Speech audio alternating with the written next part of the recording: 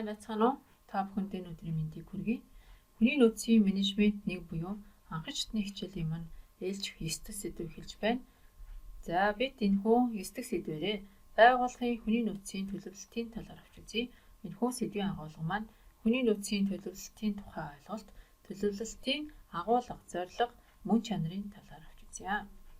Хүний нөөцийн төлөвлөлт нь олон зорилгын үүднээс хийгддэг бөгөөд байгууллагын урт хугацаатай стратеги, зорилгод хүрэхэд ирээдүйд шаардлагатай ажиллах хүчний тоо, мэдлэг, мэргэжлийн ур чадвар, авиацийг тодорхойлж хөгжүүлэхэд гол нь чиглэсэн байдаг. Хүний нөөцийн төлөвлөлт нь зөвхөн байгууллагын эрх хүчний төлөө бас хувь хүний зорилгод нийцэж байвал зохино гэж үздэг. Менежерүүд байгууллагынхаа зорилго зорилтыг тодорхойлохдоо зайлшгүй шаардлагатай хөрөнгө материал, түүхий, тоног төхөөрөмж, хүн хүчний нөөцөө урьдчилан төлөвлөдөг. Хүний нөөцийн төлөвлөлтийн үйл явц нь дараах 3 үе шаттайгаар хэрэгждэг. За нэгдүгээрт нь хүний нөөцийн төлөвлөлт нь бэлэн байгаа нөөцийг үнэлэхээс эхэлдэг. Аливаа байгууллагын өөрчлөлт, хөгжлийн бодлоготой уялдаа бүхий эрхэм зорилго, зорилт, үйл ажиллагааны стратегийг хэрэгжүүлэх зорилгоор удирдлага түүнд шаардлагадах бүтэц, ажлын байрны тоог тодорхойлдог. Ажлын байрны тодорхойлолт, байгууллагын ажилтнуудын хөдөлмөрийн үйл ажиллагаа, мэргэжлийн түвшингийн байдал, хувийн хэрэг, тоо бүртгэл зэрэг нь тухайн байгууллагын хүний нөөцийн өнөөгийн төлөв, ирээдүйн боломжийг илэрхийлдэг байна. Өөрөөр хэлбэл тухайн ажлын байранд байгаа нийт ажилчдын бүхий л мэдээллүүд нь ирээдүйн хөгжлийн боломжийг нь хэрхэн байгааг илэрхийлэх юм үзүүлэлт болдог. За хоёрт нь байгууллагын өөрчлөлт хөгжлийн өнөөгийн дүр төрхөөс ирээдүйн дүр төрхөд хүрэхэд чиглэсэн стратегийг үндэслэн удирдлагын зүгээс өмнөө тавьсан зорилгоо биелүүлэхэд шаардлагатай байгаа ажил, үйлдэл бүрд хичнээн хүн хэрэгтэйг тодорхойлохын хамт түүнийг хангах боломж, их сурвалжийг урьдчилан тодорхойлж төлөвлөдөг. Хүний нөөцийн төлөвлөлт нь тухайн байгууллагад хүн хүчнийхээ нөөцийг зөв ашиглах, хөгжүүлэх, ажилтныг шинээр эзүүлэх замаар аливаа өөрчлөлтөд зохицож зорилго, чиг үүргээ ажилттай хэрэгжүүлэх боломжийг олгодог ийм сайн талтай байх нэ.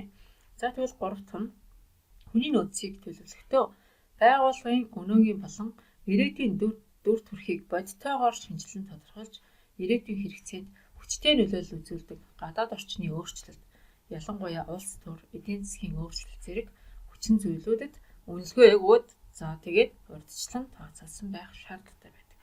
За байгууллагын удирдлага өөрийн ажилтнуудын ирээдүйн хэрэгцээг тодорхойлж түүнийг хангах хөтөлбөрийг боловсруулах ёстой байх нэ. Хэрэгцээ бол зорилго юм аа. Хөтөлбөр түүнд хүрэх хэрэгсэл болдог.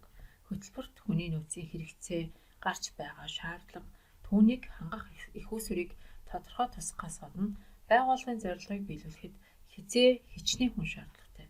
Тэднийг ажилд хэрхэн татан оролцуулах, хөөцлөх, бэлтгэх талаар авах арга хэмжээг мөн багтаасан байдаг. Төлөвлөлтийн явцад хууль зүйн хязгаарлалт нь зайлшгүй тооцоол зохих чухал хүчин зүйлийн нэг болохыг санахад илүүдэхгүй. Өөрөөр хэлбэл энэхүү хэрэгцээ болон төлөвлөгөө хийж байгаа хөтөлбөр нь бүх байгууллагын зорилгыг биелүүлэхтэй холбоотой бүхий л үйл ажиллагаануудыг багтаасан байдаг байна. За байгууллагын хүний нөөцийн төлөвлөлтийн агуулга, зорилго нь юу вэ? За байгууллагын хүний нөөцийн төлөвлөлт нь дараах асуудлуудаар шийдвэр гаргахад тусалдаг байна. За үүнд нэгдүгээрт нь шинээр ажилтан авах, элсүүлэх. За мөн ажилтнуудыг цамхтах.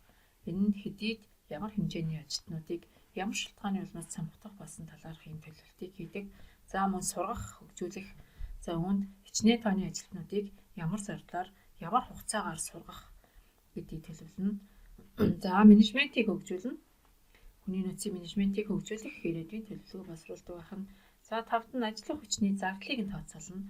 За үүнд ажилчдын хоол унааны зардлаас эхлээд аюулгүй байдал, нийгмийн баталгаа гэх мэтийн хөдөлмөрийн аюулгүй байдалтай холбоотой бүхэл зардлуудыг тооцоолон гаргадаг. Эцэст нь бүтээмжийг дэвшлүүлэх талаар төлөвлөгөө хийж гаргадаг байна. За тэгвэл байгууллагын хүний нөөцийн төлөвлөлтийн мөн чанар нь юу вэ?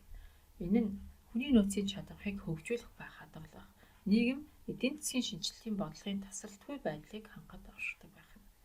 За нэгдүгээрт нь байгууллагын өнөөгийн дүр төрхийг бодитоор тогтоох. Яг одоо ямар түвшинд хичнээн хүн ажиллаж байна вэ? За мөн Байгууллагын гадаад орчинд үнэлгээ хийх ёстой. Ирээдүйд байгууллага нийгэм эдийн засаг улс төрийн байдал ямар болох вэ? За мөн санхүүгийн нөөц болцоогоо тодорхойлно. Эцэст нь төлөвлөгөөг хэрэгжүүлэх хугацаагаа тогтоох шаардлагатай. За тэгвэл хүний нөөцийн төлөвлөлт нь ямар ач холбогдолтой вэ? За бизнесийн шийдвэрт хүний нөөцийн асуудлыг илүү тусгаж өгдөг. Мөн хүний нөөцийн оновчтой удирдлагын үрээр хүний нөөцийн зардлыг бууруулдаг. За цаг хугацаанд нь хүний нөөцийг ажилд авах ийм ач холбогдолтой мөн ажлын байрны төрөлжилтийг хөгжүүлснээр нийгмийн төрөл бүрийн анги бүлгүүдийг ажилд түлхүү оруулах юм. За эцэст нь удирдах авьяас чадварыг илүү сайн хөгжүүлдэг байна. За тэгвэл хүний нөөцийн төлөвлөлт нь дараах 7 үе шаттай байна. Нэгдүгээрт нь зорилгод дүн шинжилгээ хийх. За хоёрт нь хүний нөөцийн хэрэгцээгээ тодорхойлно. За алсын хараа, дөрөвт нь цоорхыг тооцоолох, тавд нь төлөвлөгөө боловсруулна. За 6-ад нь төлөвлөгөөгөө хэрэгжүүлнэ. Эцэст нь энэхүү хэрэгжилтэнд хяналт санал хүсэлтийг оруулдаг байна. За энэ талаарх бүгдээрээ одоо дэлгэрэнгүй авч үзье. За зорилгод дүн шинжилгээ хийнэ гэдэг нь байгууллагын эрхэм зорилго, хэлтэс, ажлын нэгж хэсгүүдийн зорилтуудыг тодорхойлдог. За хүний нөөцийн хэрэгцээг хэрхэн тодорхойлох вэ?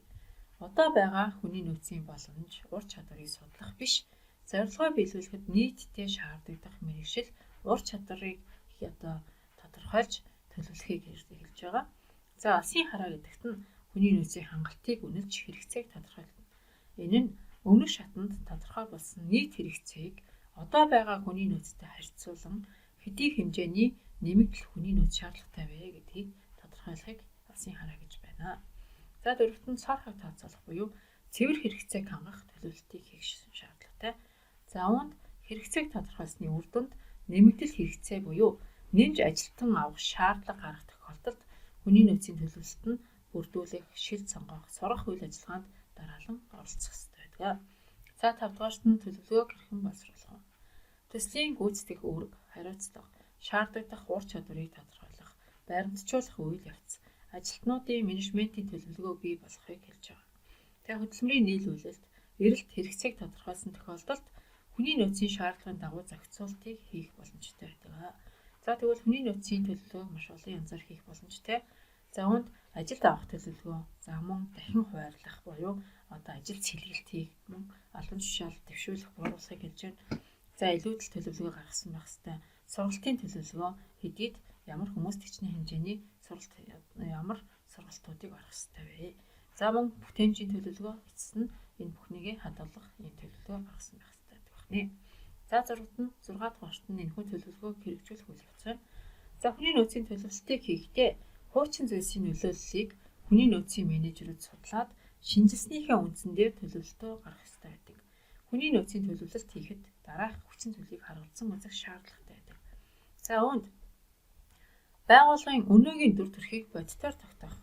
За байгууллагын ирээдүйн дүр төрхийг тодорхойлох, байгууллагын гадаад дотоод орчинд үнэлгээ хийх, санхүүгийн нөөц боломжоо тодорхойлох, төлөвлөгөөг хэрэгжүүлэх хугацааг тооцох. За мөн гадаад болон дотоод хүчин зүйлсэд дараах зүйлсүүдийг оруулж төлөвлөх шаардлагатай гэж байна. За хяналт болон санал хүсэлт гэдэг нь хүний нөөцийн хангалтыг үнэлэх арга юм. Удирдлагын халааг бэлтгэх төлөвлөгөөнд төлөвлөлтийн цар хүрээгээ тогтооно.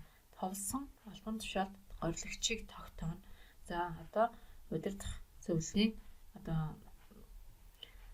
албан тушаал дээр тэрийг тэмэлнэ гэдэг тэр хүнээ тогтоосон байх хэрэгтэй байдаг. За мөн одоогийн гүйцэтгэл дэвшгэд бэлэн хэсгийг нь судлах хэрэгтэй. Карьераа хөгжүүлэх хэрэгцээг нь тавьж мэдэх хэрэгтэй байна. За хувь хүний карьерийн зорилгыг байгууллагын зорилготой нэгдүүлэх гэсэн энэхүү үе шатуудыг хэлдэг байна. За өнөөдрийн хичээл өгөөр өндөрлөж байна. Анхаарлаа хандуулсан та бүхэнд баярлалаа. Дараагийн хичээлээр дахин уулзлаа. Түр баярлалаа.